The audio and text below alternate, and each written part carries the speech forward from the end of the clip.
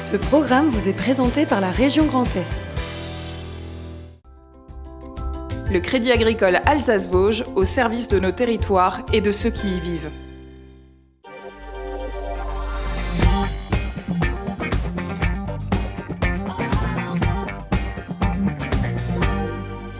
Madame, Monsieur, bonsoir et bienvenue pour une heure d'actualité. C'est 100% Alsace, 100% régional et on partira même en vacances. C'est un petit air de vacances que vous proposa tout à l'heure Emmanuel Monod. C'est au Maroc qu'on vous emmène ce soir, destination de rêve quand il fait un petit peu frisqué en Alsace. Célia, avoir à faire. Regardez, c'est Chef à bord, nouvelle édition. Et l'épisode qu'on vous propose, ce sera dès demain. Et dans l'actualité, Jean-Luc Narbauer des films de l'Europe nous présente Célesta en terre méconnue. Ce sera notre invité ici dans quelques instants. Avant cela, c'est Camille Roland pour le JT.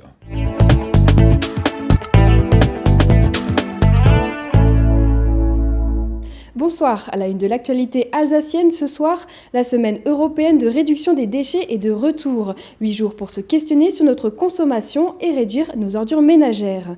L'engouement pour l'aromathérapie arrive en Alsace. Découvrez une entreprise d'huiles essentielles à Lutherbach. Et puis, le groupe folk The Wooden Wolf lance son 6e opus Winter Variations. Mais pour commencer, l'hôpital de Haute-Pierre se réinvente. Haute-Pierre 2, c'est le nom du nouveau bâtiment éco-responsable de 40 000 m². Une passerelle entre Haute-Pierre et l'Institut régional du cancer. Il accueillera 200 lits d'hospitalisation et 32 salles d'opération. L'enjeu, regrouper en un lieu plusieurs services, des technologies opératoires de pointe et un plateau d'imagerie médicale dernière génération. Un investissement qui a un coût plus de 150 millions d'euros. On écoute Christophe Gauthier, directeur général des hôpitaux universitaires de Strasbourg, au micro de Fanny Kunz. C'est une opération très importante qui a 3 objectifs majeurs. Le premier, c'est de poursuivre le regroupement de nos activités sur nos 2 sites principaux, celui du centre-ville d'une part et celui d'Haute-Pierre. Ce regroupement autour d'Haute-Pierre 2 va permettre en particulier de délaisser le site d'Illkirch, qui va donc être abandonné pour nos activités. Le deuxième objectif, très important, c'est de regrouper dans un même lieu toutes les activités de ce qu'on appelle le pôle locomoteur, c'est-à-dire toutes les activités d'orthopédie, de traumatologie, autour d'un véritable trauma center et d'une chirurgie de pointe en matière d'orthopédie. Troisième objectif, Haute-Pierre 2, c'est un plateau technique qui regroupe 32 salles d'opération, 8 équipements d'imagerie lourde, qui va permettre à nos intervenants, et qui sont de très haut niveau, de pouvoir y déployer une chirurgie de pointe tout à fait exceptionnelle. Le 16 décembre, Haute-Pierre 2 propose des portes ouvertes au grand public avant son ouverture prévue le 1er février 2019. 40 kg de déchets de cuisine, 360 bouteilles d'eau, 45 kg de publicité imprimée par personne et par an. Voilà des déchets qui pourraient être évités facilement. C'est tout l'enjeu de la semaine européenne de réduction des déchets. L'année 2018 marque sa 10e édition et pour l'occasion et jusqu'au 25 novembre, Strasbourg propose de nombreuses animations de sensibilisation auprès des citoyens. Environnement toujours avec la visite de l'usine d'incinération des déchets de Sénerval en réhabilitation depuis 2016. C'est la dernière ligne droite des travaux après des opérations de désamiantage et dépoussiérage. L'usine ouvrira à nouveau ses portes en juillet 2019. Plus d'explications avec Cécile Motz.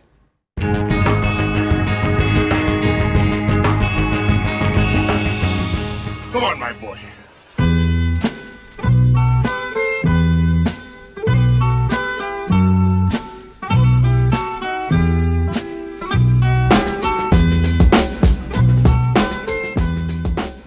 Objectif zéro déchet, zéro gaspille, voilà les mots d'ordre de cette semaine européenne de la réduction des déchets à Strasbourg. Entre expositions et ateliers, la ville propose un nouveau défi par jour. Par des petits gestes, prendre conscience qu'on peut changer sa façon de consommer, sa façon d'aller faire ses courses. Donc les défis, c'est du réutilisable, c'est du don, c'est être un petit peu éco-responsable en fait quelque part et de regarder un petit peu l'impact qu'on a sur notre environnement par notre façon d'être. Donc c'est des gestes petit à petit. On veut arriver quand même à 15 kilos en moins dans notre poubelle bleue d'ici 2020, ce qui n'est pas rien. Donc ça veut dire qu'à un moment donné, il va falloir prendre conscience qu'on a beaucoup de choses qu'on jette, qu'on pourrait ne pas jeter, des choses qu'on pourrait donner, qu'on pourrait aussi valoriser différemment. Et bien sûr le recyclage après, puisque ça c'est important aussi, puisque cette matière retourne pour faire d'autres objets. Et du recyclage justement, c'est la ligne de conduite de la recyclerie. L'association strasbourgeoise Amitel a ouvert cette boutique solidaire en mai dernier. Le principe, récolter des objets d'occasion et les revendre pour aider des jeunes de 18 à 30 ans. En bonus, des ateliers originaux sont proposés. On a cet atelier de transformation des anciennes cartes routières en vide-poche. Nous, comme toujours, on a des objets d'occasion, donc en achetant ici, vous évitez de mobiliser la matière première et l'énergie de transport. Sur les objets, il y a 3 prix différents. Le premier prix, c'est réservé aux résidents parce que cette initiative était quand même créée pour eux. Le deuxième prix, c'est un prix public. Et on a un 3e prix qui brille un petit peu. Et ça, c'est le prix de soutien qui nous aide un peu mieux à couvrir nos frais de fonctionnement. Comme la recyclerie, cette semaine est l'occasion de découvrir des initiatives. De nombreuses associations participent et proposent des repair cafés, des ateliers de fabrication de produits cosmétiques et ménagers ou encore des projections débats. Des animations à retrouver dans toute l'Eurométropole jusqu'au 25 novembre.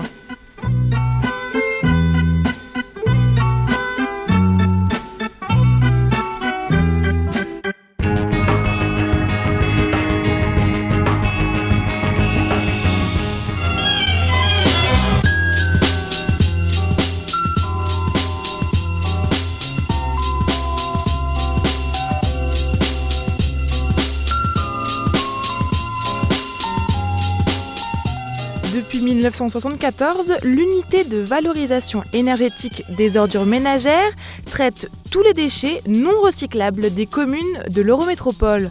Mais il y a 2 ans, ces 4 fours ont cessé leur activité. Travaux de désamiantage, rééquipements sont nécessaires pour que l'usine reprenne du service. L'été 2019, le cycle de traitement des déchets devrait reprendre. Les déchets aujourd'hui sont collectés. Premièrement, ils sont stockés dans une fosse à déchets. Puis ensuite traversent un ensemble d'équipements, fours chaudières et également traitement de fumée. Donc dans ces fours chaudières, c'est là où l'énergie est produite.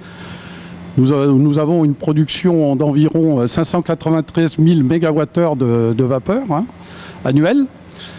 Et cette vapeur, effectivement, dessert ce pôle énergie, ce bâtiment énergie pour les différentes valorisations. Ainsi, les ordures seront à nouveau transformées en vapeur, chaleur ou électricité.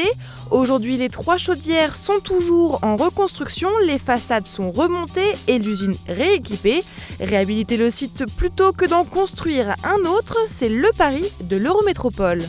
Quand elle fonctionne, elle valorise 80% des déchets, soit en énergie, soit en matière. D'où l'intérêt de pouvoir la garder tant qu'on aura ce genre de déchets à incinérer. Les déchets vont changer, c'est vrai, surtout quand on enlèvera les biodéchets. L'Eurométropole est amenée à réfléchir déjà aujourd'hui et dans les prochaines années à une conversion du site pour finalement être tout à fait en adéquation avec les politiques qui sont menées. Tous les ans, les ordures ménagères diminuent de 4,5 kg par habitant. L'usine devrait donc traiter moins de déchets à l'avenir.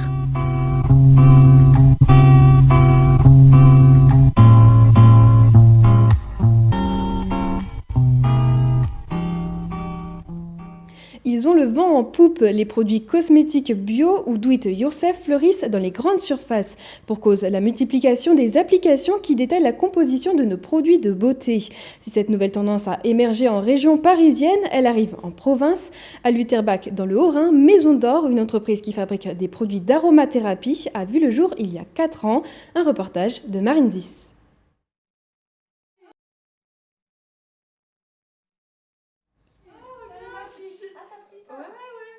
C'est suite à d'importants soucis dermatologiques que Marie-Josée Deck s'est lancée dans l'aromathérapie cosmétique. Elle propose notamment une gamme de 3 produits qui remplacent de nombreux cosmétiques souvent accumulés dans nos salles de bain. En fait, on les utilise dans ce sens le matin, donc hydrolat d'abord, huile en 2e et karité en 3e. Et le soir, on inverse l'ordre, on utilise d'abord l'huile, après on applique une lingette en coton, en 2e l'hydrolat, en 3e le karité. À eux 3, ils cumulent les fonctions d'une crème hydratante, d'une crème de nuit, d'une crème anti-rides, mais aussi d'un démaquillant. Dans ces produits, il n'y a ni texturant, ni parfum, ni conservateur ou autre substance qui n'a a priori pas de propriétés cosmétiques. Et surtout, on ne retrouve pas d'huile dérivée du pétrole, comme dans la plupart des cosmétiques industriels. Donc nous, on a fait un pari différent, c'est-à-dire qu'on n'a pas proposé des crèmes, on a déphasé le produit, c'est-à-dire qu'on a conditionné l'eau et l'huile dans des contenants différents et on a augmenté la qualité de chacun d'eux, c'est-à-dire qu'on n'a pas pris de l'eau, mais on a utilisé des hydrolats qui sont des distillations à la vapeur d'eau de plantes aromatiques. Donc on n'a pas besoin de rajouter d'actifs puisque le produit en lui-même est actif. Et ensuite, on a proposé de l'huile et on n'a pas mis d'huile de dérivés pétroliers, on n'a pas mis l'huile de tournesol, on n'a mis que des huiles très très nobles et de très haute qualité. Et à chaque type de peau sa formule, c'est ici, dans ce laboratoire, que les différentes recettes prennent forme. On a créé 3 recettes d'hydrolat visage, d'hydrolat cosmétique différents. Un hydrolat assainissant, un hydrolat apaisant, un hydrolat structurant, c'est-à-dire plutôt anti-rides. Et pour chacune de ces recettes, chacune de ces formules, on associe 4 plantes différentes en fonction de leur fonction cosmétique, de leurs propriétés cosmétiques. Là, par exemple, pour faire cet hydrolat structurant, on a utilisé de l'hydrolat de cassis, de l'hydrolat de rose, de l'hydrolat de carotte et de l'hydrolat de fleurs d'oranger. Marie-Josée Deck garde secret la composition précise de ces recettes puisqu'elles sont uniques. De quoi attiser la curiosité et pourquoi pas donner envie de tester l'aromathérapie cosmétique. Winter Variations du groupe alsacien The Wooden Wolf arrive dans les bacs. Comme son nom l'indique, le nouvel album du groupe mené par Alex Keiling est une variation de son univers musical. On y retrouve 12 chansons aux sonorités folk et américaines, empreintes de nostalgie. Rencontre avec l'artiste lors de son concert à la Maison Bleue à Strasbourg. Watching the grey velvet of the night.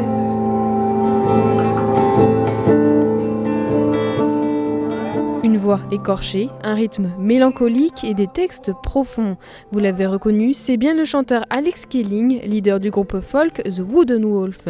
Il célèbre ce soir-là la sortie de son 6e album en quintette à la Maison Bleue.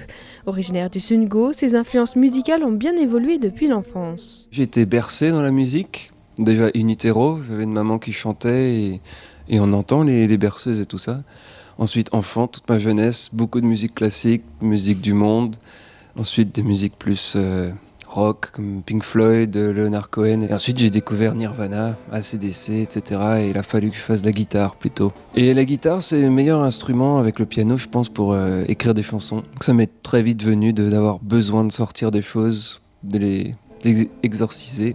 Exorciser ces mots, c'est ce qu'il fait avec ses textes qui parlent de la vie et de la mort, comme de l'art-thérapie. Avec ce nouvel album, il y a une évolution dans la maturité. Je vais être papa ce mois-ci, donc des thèmes plus métaphysiques comme Busy Being Born. On se rend compte que ce qui est éprouvant, c'est d'être vivant finalement. C'est pas la peur de mourir. Ensuite, il y a d'autres chansons comme It Takes an Angel to Make a Ghost, qui veut dire pour qu'il y ait un fantôme, il faut qu'il y ait eu un ange à la base. En attendant d'écouter ce nouvel album, plus mature et tourné vers le live, le public, la tête levée vers la scène, se laisse gagner par sa mélancolie.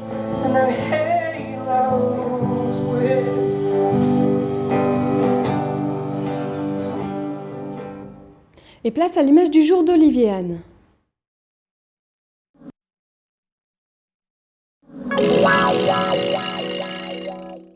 C'est sans doute l'initiative la plus originale de la Semaine européenne de réduction des déchets. M2A, l'agglomération mulhousienne, organise un cook-show culinaire. Mais attention, vous ne pourrez utiliser que des ingrédients qu'on peut retrouver en fin de mois dans son frigo. Vous pouvez vous inscrire sur le site de M2A. Le concours sera animé par notre trublion Nicolas Riffel et se déroulera le jeudi 22 novembre à 17h au Chalet Gourmand, place des Cordiers à Mulhouse. Et ça tombe bien, Camille, on parlera avec Nicolas Riffel de Chef à bord. Exactement, l'épisode 2, c'est demain. Merci beaucoup pour cette info. Et place au plateau Alsace 20, Célia Mérimèche nous rejoint. Et notre invité Jean-Luc Narboer, venez vous installer. On va parler dans un instant d'un docu-fiction Célesta en terre méconnue. Avant cela, l'info du jour, c'est quand même savoir quel temps nous aurons demain. Ah bah oui, la réponse avec Sada.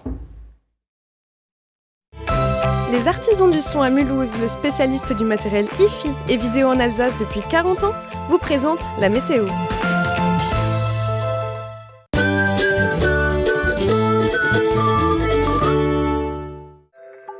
Bonjour à tous et bienvenue sur Alsace 20. Et bien en ce samedi matin, attention, il va falloir avoir la pêche. Alors certes, il y aura du soleil avec des passages nuageux absolument partout, mais regardez les températures, il fera dans la matinée, eh bien oui, 0 degré, ce sera à Saverne ou encore à Bâle en passant du centre jusqu'au nord de la région du Bade-Wurtemberg, moins 2 degrés à Fribourg, attention, il y aura du verglas, et moins 1 degré absolument partout en Alsace. On passe à l'après-midi, et bien cette fois-ci un soleil bien généreux, on va en avoir besoin car les valeurs dans l'après-midi eh bien, seront seulement de 9 degrés à Saverne, 8 à Colmar, 7 ce sera dans le Sundgau, 11 degrés de Strasbourg jusqu'à Oppenheim et 12 degrés ce sera la maximale si vous êtes notamment à Kehl. On passe à votre journée de dimanche, et bien toujours un soleil radieux et des valeurs qui iront jusqu'à 9 degrés en Alsace.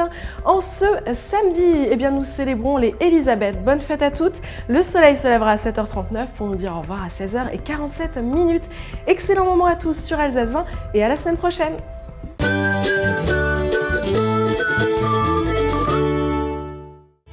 Retrouvez les artisans du son à Mulhouse lors du 40e salon de la hi-fi et du home cinéma du 23 au 25 novembre de 10h à 20h.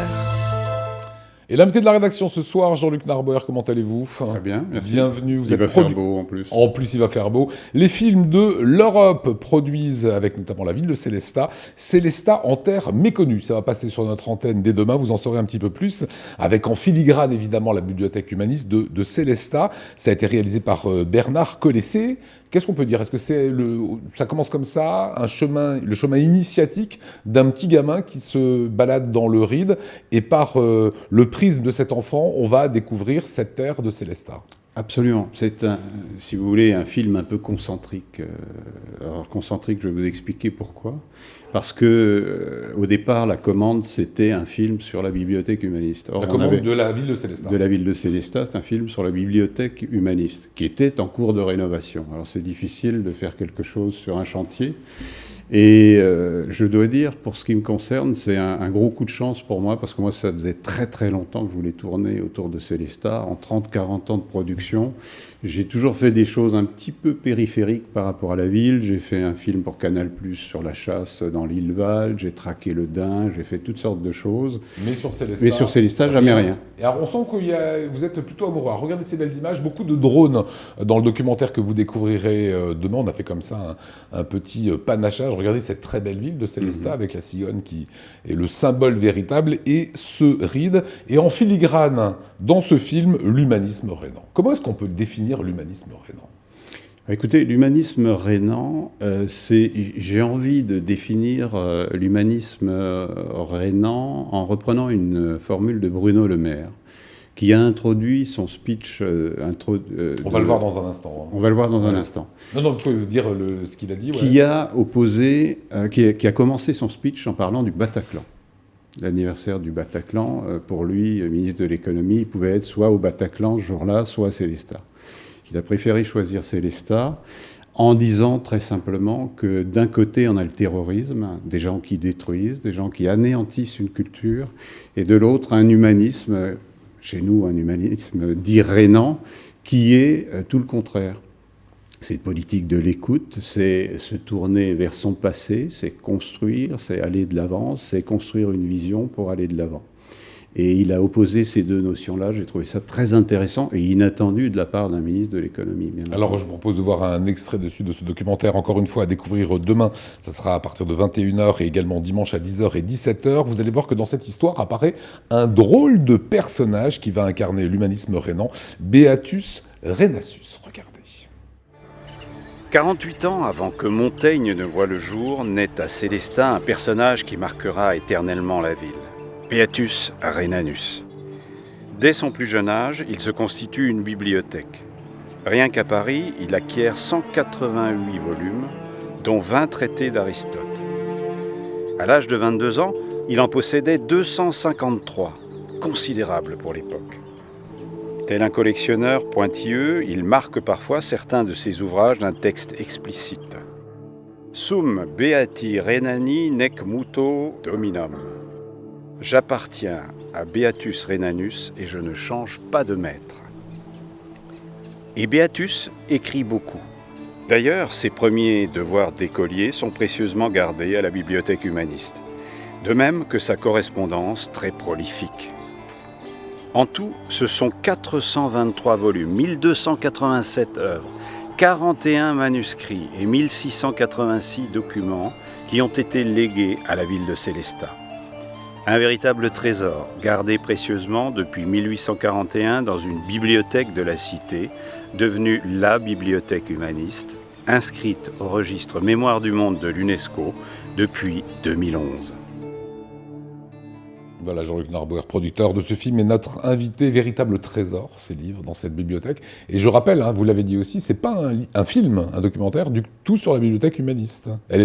C'est compliqué quand il y a des travaux. Ah, c'est très compliqué. C'est un enfer. C'est un enfer, mais d'un autre côté, ça nous a permis de faire tout un travail d'écriture autour de la bibliothèque et de montrer que finalement cette bibliothèque était un magnifique bijou dans un écrin. Parce que Sélestat, on parlait de Sélestat tout à l'heure, c'est le centre Alsace. Et c'est curieusement, on parle souvent de Sélestat, la belle endormie, mais c'est le centre Alsace et on connaît mal le centre Alsace. On ne parle que des grandes majors qui sont Strasbourg, Colmar, Mulhouse. Et pour reprendre un terme cher à Marcel Bauer, qui est prof de mathématiques. Et qui est le maire de Sélestat. Vous tirez deux lignes en reprenant grosso modo les deux bissectrices, en reprenant grosso modo les extrémités de nos deux départements, puisque pour l'instant on a encore deux départements. Et qu'est-ce qu'il y a au milieu ? Il y a Sélestat. Et vous êtes justement acteur dans ce film, vous êtes une sorte d'Indiana Jones érudit, c'est votre premier rôle, ça s'est passé comment ? Oui, il y a même un côté entre Indiana Jones et un peu PPDA. Ah. Voilà, il y a un peu... Vous avez le petit côté quand comme là à l'instant vous l'avez fait. Ah oui. Ouais. Ça veut dire que j'ai des tics, c'est pas bon ça, c'est un signe de vieillissement. Non, c'est vrai, il y a ce côté Indiana Jones, mais qui était vraiment pas voulu. C'était pas du tout comme ça que le film devait se faire. Ça, vous avez un chapeau et tout dans le... Ça fait... Oui, bon, après, oui. J'ai échappé à la fausse barbe quand même. Je vous expliquerai comment. Il nous reste 2 minutes. Il nous reste 2 minutes. Donc il nous reste que 2 minutes. Non, en fait, le film a été écrit pour un historien qui est le monsieur qui est un petit peu le gardien du temple de la bibliothèque humaniste, qui s'appelle Gabriel Breuner, qui est historien, et à qui on a soumis le scénario, évidemment, 3 semaines avant le tournage. Et il me dit, mais on est d'accord, l'historien, c'est pas moi. Je lui dis, mais pourquoi ? Il me dit, mais tu veux me faire monter au-dessus de l'église de Saint-Georges ou Sainte-Foy, me faire monter dans une montgolfière, mais je vais mourir. Je lui dis, mais pourquoi ? Il me dit, tu me fais monter sur un tabouret, moi j'ai le vertige, je suis mal, etc. Et vous Donc avez moi, endossé l'historien, ce rôle-là. compte tenu du chrono qui tournait, j'ai plus eu le choix, à vrai dire. Alors, j'ai échappé à la fausse barbe. Vous avez échappé à la fausse barbe. Bruno Le Maire, le ministre des Finances, ministre de l'économie, était à Sélestat cette semaine, justement pour l'inauguration de cette bibliothèque. Écoutez ce qu'il dit à propos de ce petit trésor alsacien. Avoir une architecture aussi belle que celle de Rudi Ricciotti ici en Alsace pour accueillir ce qui sera sans doute la plus grande bibliothèque humaniste en France et en Europe, c'est quelque chose de tout à fait exceptionnel. Donc ça doit être salué. Et au-delà de la culture, c'est économiquement pour la ville de Sélestat, pour l'Alsace et pour l'ensemble de la France un point d'attractivité supplémentaire. Ce qui fait la force de la nation française, je l'ai dit tout à l'heure, c'est notre culture. C'est ce qui unit les Français. Et puis c'est ce qui rend notre territoire particulièrement attractif. Vous allez avoir des dizaines de milliers de visiteurs, j'en suis convaincu, qui vont venir ici à Sélestat pour voir les manuscrits, pour voir les incunables, pour voir les cartes que j'ai vues tout à l'heure, qui sont absolument merveilleuses, des cartes du XVIe siècle de l'Europe et du reste du monde. Ça va attirer des dizaines de milliers de visiteurs ici en Alsace. Voilà, et c'est à Sélestat, en terre méconnue, puisque je singe le titre de ce livre. Vous dites d'ailleurs, c'est la belle endormie, Sélestat. C'est étonnant, oui. Très très belle ville. Ouais. Et voilà, est-ce que ça va réveiller cette ville qui est si jolie, ce nouveau joyau maintenant, cette bibliothèque humaniste ? J'espère qu'on aura apporté notre petite pierre à l'édifice. Aller bien au-delà, mais allez-y, c'est beau. Vous m'avez dit tout à l'heure que vous n'y étiez pas encore, mais vraiment, c'est enthousiasmant. Et là, je connaissais avant, c'était magnifique. Oui, Oui. J'attends avec impatience de voir. Le documentaire de Jean-Luc Narboer, c'est donc demain, samedi, 21h, que vous découvrirez également dimanche, 10h, 17h. Vous restez avec nous. On va juste quitter Célestat pour un petit peu... Oui, on va aller vraiment dans le sud. Mais le sud, c'est ce que vous propose un petit air de vacances, Emmanuel Monod et le Maroc.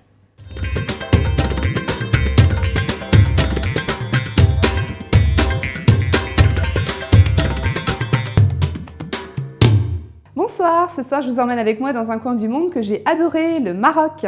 Cette terre de soleil qui est l'une des destinations préférées des Français et qui accueille chaque année plusieurs millions de voyageurs, est une terre de contraste et l'hospitalité des habitants est vraiment fabuleuse. Mais plutôt que de vous lister des chiffres, je vais vous donner quelques bonnes raisons de partir à la découverte de ce magnifique pays. Tout d'abord, voyager au Maroc, c'est la proximité. C'est vrai qu'on a souvent peu de jours de vacances, alors autant éviter de passer des heures dans l'avion pour s'évader. À 2h30 de vol depuis l'Alsace, vous vous retrouvez de l'autre côté de la Méditerranée, avec un vol EasyJet de Bâle-Mulhouse par exemple, pour une arrivée simple et rapide sur Marrakech. Marrakech, ville surprenante dans laquelle vous pourrez vous perdre dans les souks. Vous pourrez vous balader dans le jardin de Majorelle, siroter un thé à la menthe sur une terrasse dominant la place Jamal Fna, ou encore visiter le palais de la Baïa. Raison numéro 2, des paysages très contrastés d'une ville à l'autre. C'est vrai que quand on pense au Maroc, on imagine tout de suite les plages, les couchers de soleil. Pourtant, ce que l'on sait moins, c'est que ce pays abrite également le plus haut sommet d'Afrique, le mont Toubkal, qui s'élève à plus de 4000 mètres d'altitude. D'ailleurs, à l'intérieur des terres marocaines, les vallées et les gorges offrent un paysage passionnant pour passer des vacances actives. Vous pourrez aussi profiter de ces palmeraies, de ces dunes de sable, ces oasis. Personnellement, j'ai fait les pistes berbères de l'Atlas en 4x4, de Marrakech à Ouarzazate. Immersion, rencontres et dépaysement garantis. Au départ de Marrakech, vous commencez votre expédition vers l'Atlas, ces routes serpentueuses, ces villages et ces panoramas à couper le souffle. Cet itinéraire vous emmène à la rencontre de la population berbère, de son histoire, de ses traditions. C'est vraiment un parcours magnifique pour une expérience inédite à vivre soit en famille, entre amis ou bien à deux. Et puis le Maroc, c'est aussi un climat bon toute l'année. Voyager au Maroc, c'est aussi bénéficier des conditions climatiques exceptionnelles. Comment trouver le soleil quand il pleut en France, sans aller à l'autre bout du monde? Profiter au Maroc d'un climat doux toute l'année. Pour la découverte, quoi de pire que de partir en vacances pour au final passer son temps entre quatre murs? En voyageant au Maroc, vous ne verrez pas les heures défiler. Si ce pays suscite autant de succès, c'est grâce à ses différentes formes de tourisme, balnéaire, montagne, culturel ou encore sportif. Le Maroc a plusieurs atouts en main. Sont proposées des activités nautiques telles que le surf, la planche à voile, la plongée sous-marine ou encore le jet ski. Également pour les plus courageux, des activités de montagne comme le trekking, l'escalade, le rafting dans les rivières du Haut-Atlas. Pour les amateurs de golf, les principales villes du pays en proposent comme Marrakech, Agadir, Rabat ou encore El Jadida. Vous l'aurez compris, le Maroc, c'est la beauté et la diversité. C'est un suave mélange d'épices et de roses. C'est découvrir, c'est partager un thé à la menthe. C'est le bonheur tout simple de s'asseoir en haut d'une dune, d'en admirer le coucher de soleil en contemplant son ciel étoilé. C'est surtout prendre sa dose de soleil et se détendre en ayant la satisfaction d'avoir pris un grand bain de culture avec son artisanat et sa gastronomie. J'espère que ça vous aura donné envie de voyager. Moi, je vous donne rendez-vous la semaine prochaine pour une nouvelle destination. Voilà, un air de vacances. Jean-Luc, ça vous tente un peu de Maroc, là, un peu de soleil, oui, un peu d'Atlas? Je connais un petit peu la région de Marrakech. C'est beau, hein?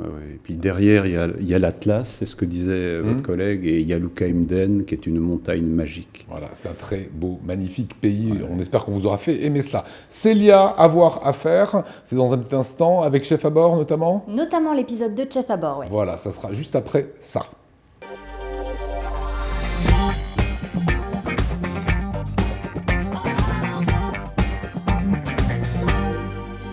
Et retour sur le plateau de 24 heures en Alsace. À voir, à faire, c'est avec Célia.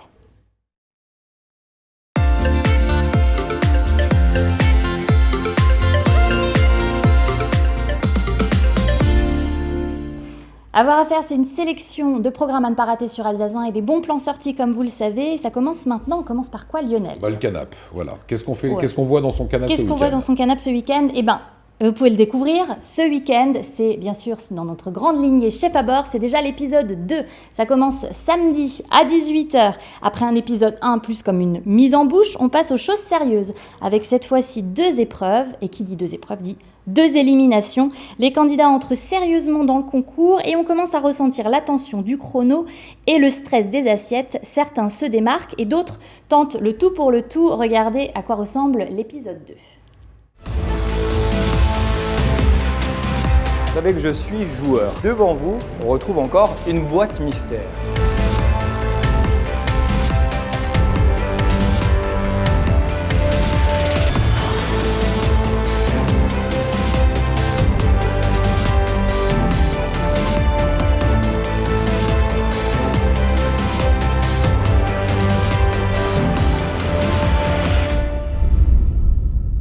Voilà, alors ça donne faim. Vous avez vu le premier épisode, Lionel? Ouais, j'adore. Un chouchou?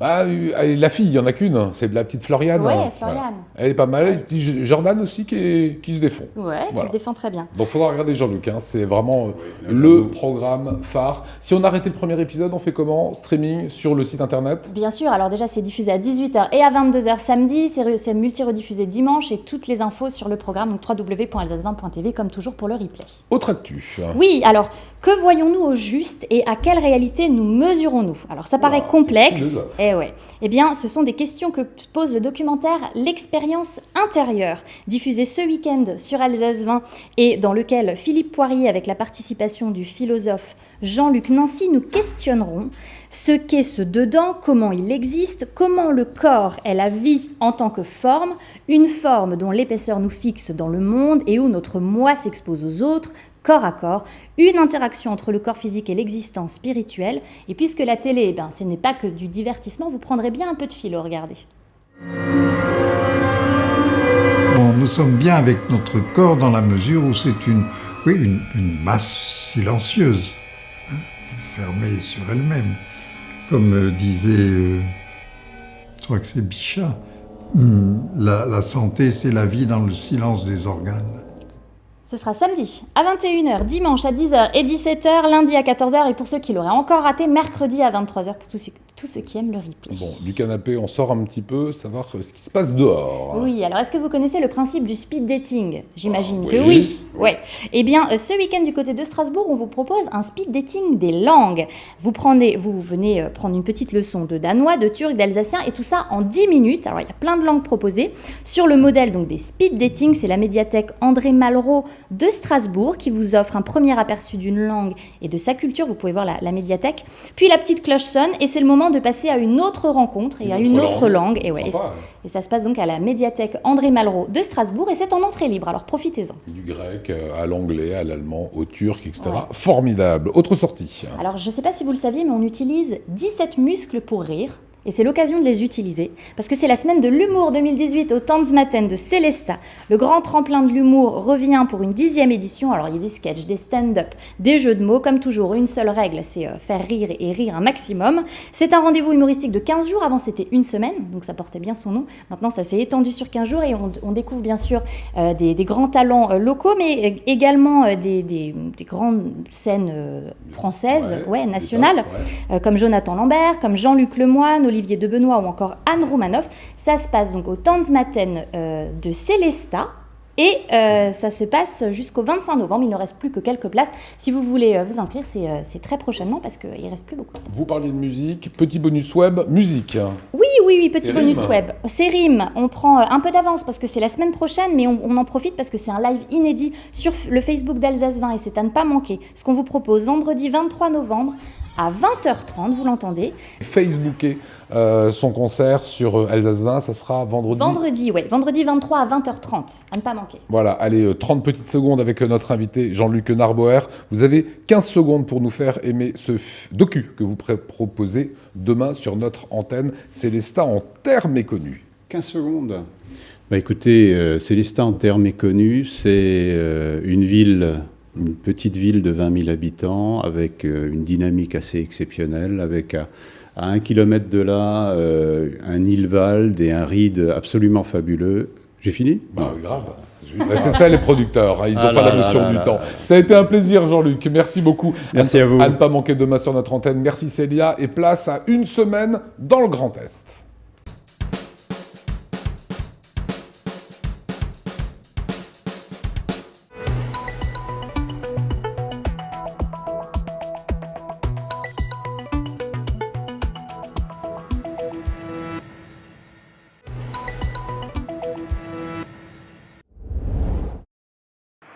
Des arbres plantés de manière très régulière le long des routes, un principe tellement répandu dans les Vosges qu'on n'y prête plus vraiment attention.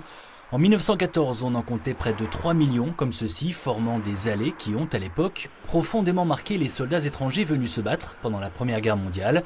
Et 100 ans plus tard, on en parle encore à travers le monde. Ces allées à la française ont été reprises dans de nombreux pays comme un hommage aux soldats disparus.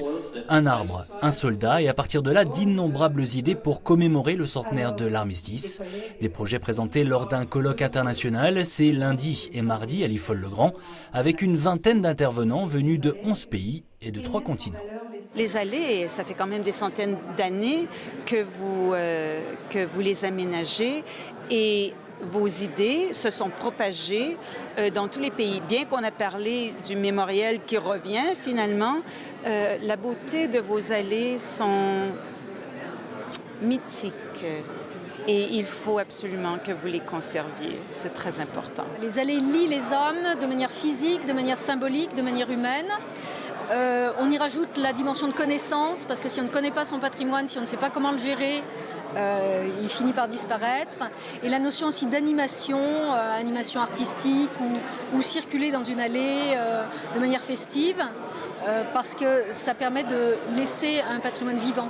Si ces allées à la française ont inspiré bon nombre d'historiens, d'enseignants, de gestionnaires de lieux de mémoire, les projets prennent évidemment 100 ans plus tard une dimension toute particulière, en Australie par exemple, où le principe se développe de plus en plus comme une manière d'honorer les 62 000 soldats morts au combat. Parmi eux, 46 000 sont encore enterrés en France ou en Europe. During the war and after the war, some 400 avenues were planted as memorial trees. Pendant la guerre et après la guerre, environ 400 allées de mémoire ont été plantées par des familles, des différentes communautés qui n'avaient pas d'autre moyen d'exprimer leur douleur parce que beaucoup de corps n'ont pas pu être rapatriés et sont restés en France ou en Europe. Planter un arbre était alors sentimental, une façon de faire son deuil et d'exprimer sa douleur. De nombreux projets ont ainsi été présentés pendant 2 jours à l'IFOL-le-Grand, tous inspirés de ces allées d'arbres à la française. Reste maintenant à les faire connaître du grand public dans leurs pays respectifs. Dans les Vosges, il en sera à nouveau question en 2019, du côté de Grand, au travers cette fois d'une exposition.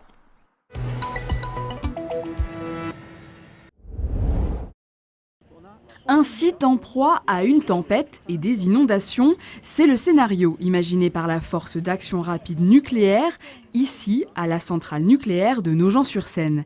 Durant 5 jours, une centaine de personnes participera à cet exercice grandeur nature. Ils sont entraînés pour justement apporter une aide à un site en difficulté. En toutes circonstances, c'est-à-dire de pouvoir apporter des moyens de réalimentation en air, en eau, en électricité, quelles que soient les circonstances, quels que soient les dégâts autour du site, pour éviter un problème de sûreté nucléaire et qu'on rajoute à une situation assez difficile autour du site des difficultés de sûreté. Il y a des missions sur simulateur pour la conduite, il y a des missions de franchissement d'obstacles, il y a des missions de franchissement en inondation, des missions de commandement qui sont importantes, des relèves, puisque nous allons faire se relever les équipes de manière justement à prouver que nous sommes capables de faire notre mission dans la durée. Donc ça, c'est une caractéristique de l'exercice de Nogent. Camions, groupes électrogènes, bateaux, hélicoptères ou encore drones, toute la palette de moyens est utilisée. Les membres de la Farne sont des exploitants nucléaires au quotidien. Grâce à ces formations, ils se maintiennent à niveau et pourront faire face à tout type de situation. Sur le site de Nogent, nous avons fait cette année une vingtaine d'entraînements. Et puis, nous avons des entraînements, on va dire, d'ampleur. C'est le cas actuellement cette semaine, où là, nous avons un déploiement à la fois de personnel de la force d'action rapide du nucléaire et de personnel du CNPE pour venir tester l'ensemble des matériels, les accès sur site, les différentes connexions. Mon but, c'est de garantir la sûreté de la centrale nucléaire et qu'à tout moment, on soit capable de protéger l'environnement et de limiter les rejets en cas d'accident. Et le but de ces entraînements, c'est bien d'être sûr le jour J, au cas où quelque chose arrive, que l'on soit prêt. La base aérienne de Prunet-Belleville est utilisée comme base arrière pour la semaine. Le poste de commandement y est établi. Il doit être assez proche de la centrale pour permettre aux équipes d'être opérationnelles en moins de 24 heures. La base arrière est le lieu où l'on vit, où l'on commande et où l'on se regroupe et on reçoit des renforts de l'extérieur. Le site, c'est là où on agit. Et entre les deux, nous avons à passer de la base arrière sur le site, il y a environ une vingtaine de kilomètres.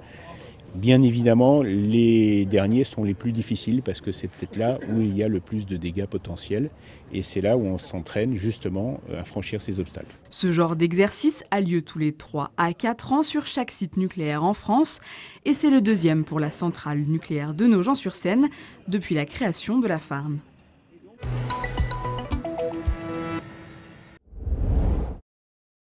Prendre la manette et mettre de côté la maladie. Avec un casque sur la tête, Mathéo découvre pour la première fois la réalité virtuelle. J'étais en haut d'un toit, dans le virtuel. Ça m'a fait un peu bizarre. Ça me fait penser à autre chose que ma maladie. Proposer une bouffée d'oxygène aux enfants hospitalisés, voilà l'objectif de cette activité, sport et loisirs numériques. Jeux de tennis, matchs de foot, courses de cartes, différents jeux sont proposés. Sacha, 14 ans, vient une semaine par mois à l'hôpital pour suivre des séances de chimiothérapie. Malgré la maladie, le jeune homme affiche un grand sourire. Oui, c'est assez important pour déstresser et tout ça. Ça me procure du plaisir et de l'entraînement pour mes pouces. Les consoles de jeux sont installées le temps d'une après-midi dans le hall de l'hôpital pour enfants de Nancy. Pour autant, l'APSEM, l'association pour la promotion du sport chez l'enfant malade, intervient tous les jours, et ce depuis 1997, auprès des enfants pour leur proposer des activités physiques adaptées. Avec l'apport des nouvelles technologies, le jeu vidéo se montre également bénéfique dans le quotidien des jeunes patients. On a fait installer à l'époque des consoles Xbox Kinect dans toutes les chambres d'oncohématologie et on a vu qu'il y avait de plus en plus de séances de sport adaptées avec les consoles de jeux vidéo. Donc on voit qu'il y a un vrai intérêt à utiliser ces plateformes de jeu pour créer du lien avec l'enfant. Il n'est amusant pour personne d'être hospitalisé, mais a fortiori pour un enfant, surtout lorsqu'il s'agit de maladies qui parfois peuvent être sérieuses. Donc c'est important aussi de pouvoir leur changer les idées, qu'ils pensent à autre chose, qui comme tous les enfants du monde pensent à jouer. Et ça, je crois que c'est un moment précieux et vraiment, on ne peut être que reconnaissant à ceux qui soutiennent ces initiatives. Chaque année, 29 000 enfants sont pris en charge à l'hôpital d'enfants du CHRU de Nancy. Tous ne restent pas hospitalisés, mais chacun peut bénéficier d'un accompagnement pour mettre de côté la maladie l'espace d'un moment.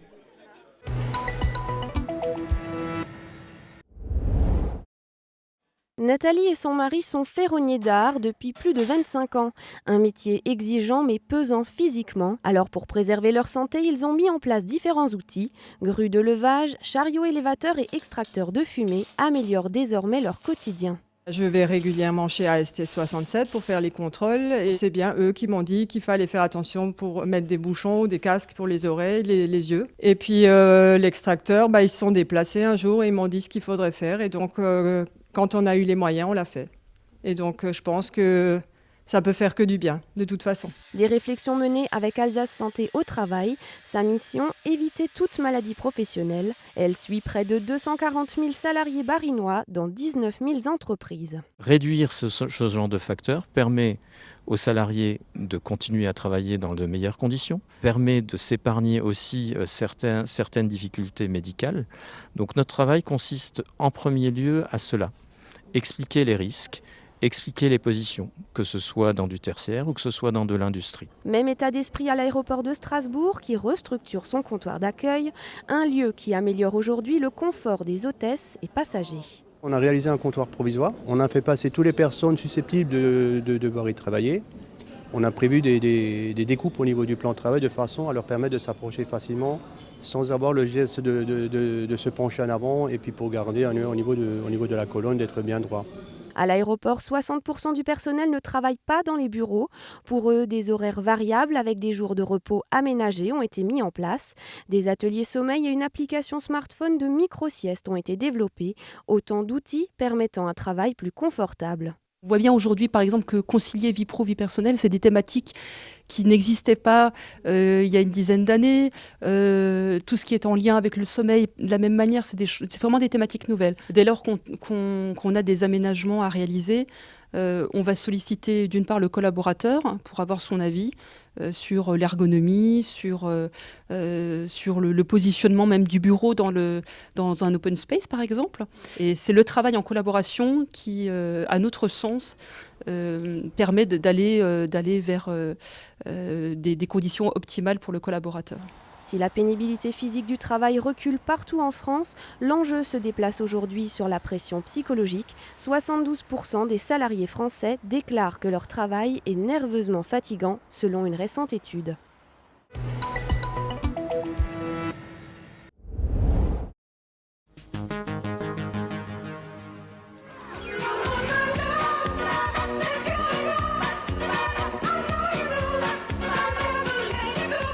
Une marée de ski et d'articles associés, prémisse à Gérardmer de la saison de sport d'hiver.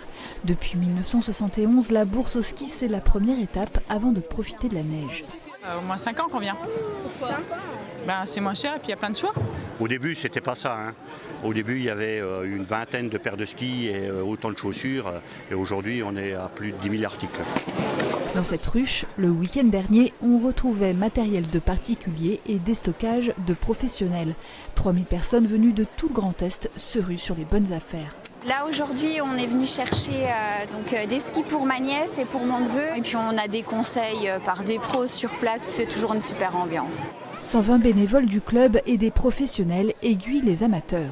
Oui, la chose, c'est la taille du ski par rapport à l'enfant ou à la personne. Donc pour un adulte ou un enfant qui sait faire du ski, c'est le nez. Et pour un débutant, c'est le menton. Et après, c'est la qualité du ski par rapport à la semelle, s'ils sont affûtés, s'ils sont fartés. Parce que c'est vrai que s'il y a un ski qui n'est pas cher et qu'il y a l'affûtage et le fartage à faire derrière, il vaut mieux payer un peu plus et puis qu'il soit affûté et farté. Le ski alpin reste le grand favori des clients, mais le rayon du ski de randonnée commence à se développer. Parce que de la fixe comme ça de casse, c'est introuvable. C'est introuvable. Le matériel de randonnée, c'est cher par rapport à de l'alpin. C'est du matériel qui vaut voire le double du ski alpin. Dans le ski de rando, c'est très difficile parce que souvent les gens viennent et disent on voudrait essayer. C'est un investissement, donc on ne peut pas laisser partir des gens avec du matériel de mauvaise qualité. La moitié des articles en vente ont trouvé acquéreur. L'association a récupéré 10% des transactions, ce qui lui permettra entre autres de développer une section télémarque cet hiver. Ça monte notre budget. Et ça nous permet à envoyer les enfants en stage. Là, ils sont revenus la semaine dernière d'Autriche. Donc le club peut abonder fortement sur la participation des enfants. Le club compte 225 licenciés de 6 à 90 ans et qui organise tout de même l'une des 5 plus grosses bourses au ski de l'Hexagone.